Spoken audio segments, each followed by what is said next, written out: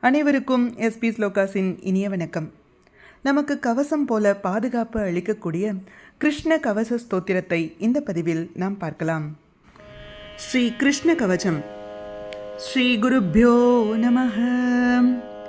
प्रणम्य देवं विप्रेशं प्रणम्य च सरस्वतीं प्रणम्य च मुनीन् सर्वान् सर्वशास्त्रविशारदान् श्रीकृष्णकवचं वक्ष्ये श्रीकीर्तिविजयप्रदं कान्तारे पतिदुर्गे च सदा रक्षाकरं नृणां स्मृत्वा नीलाम्बुदश्यामं नीलकुञ्चितकुन्तलं बर्हि पिञ्चलसन्मौलिं शरच्चन्द्रनिभाननं राजीवलोचनं राजद् वेणुनाभूषिताधरं दीर्घपीनमहाबाहुं श्रीवत्साङ्कितवक्षसं भूभारहरनोद्युक्तं कृष्णं गीर्वाणवन्दितं निष्कलं देवदेवेशं नारदादिभिरर्चितं नारायणं जगन्नाथं मन्दस्मितविराजितं जपे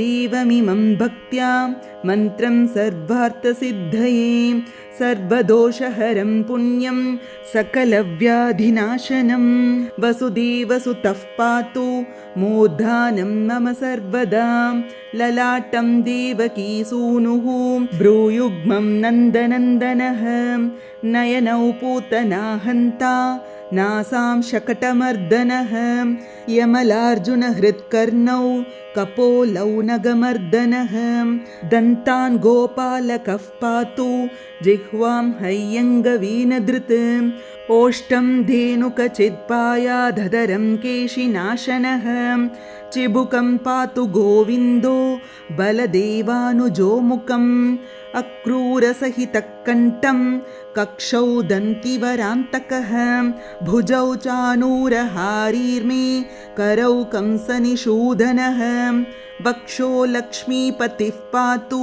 हृदयं जगदीश्वरः उदरं मधुरानाथो नाभिं द्वारवतीपतिः रुक्मिणीवल्लभः पृष्ठं जगनं शिशुपालः ऊरु पाण्डवधूतो मे जानुनी पार्थसारथिः विश्वरूपधरो जङ्घे प्रपदे भूमिभारहृत् चरणौ यादवः पातु पातु कृष्णोऽखिलं वपुः दिवा पाया जगन्नाथो रात्रौ नारायणस्वयं सर्वकालमुपासीनः सर्वकामार्थसिद्धये इदं कृष्णबलोपेतं यः पठेत् कवचं नरः सर्वदार्तिभयान्मुक्तः कृष्णभक्तिं समाप्नुयात् इति श्रीकृष्णकवचं सम्पूर्णम्.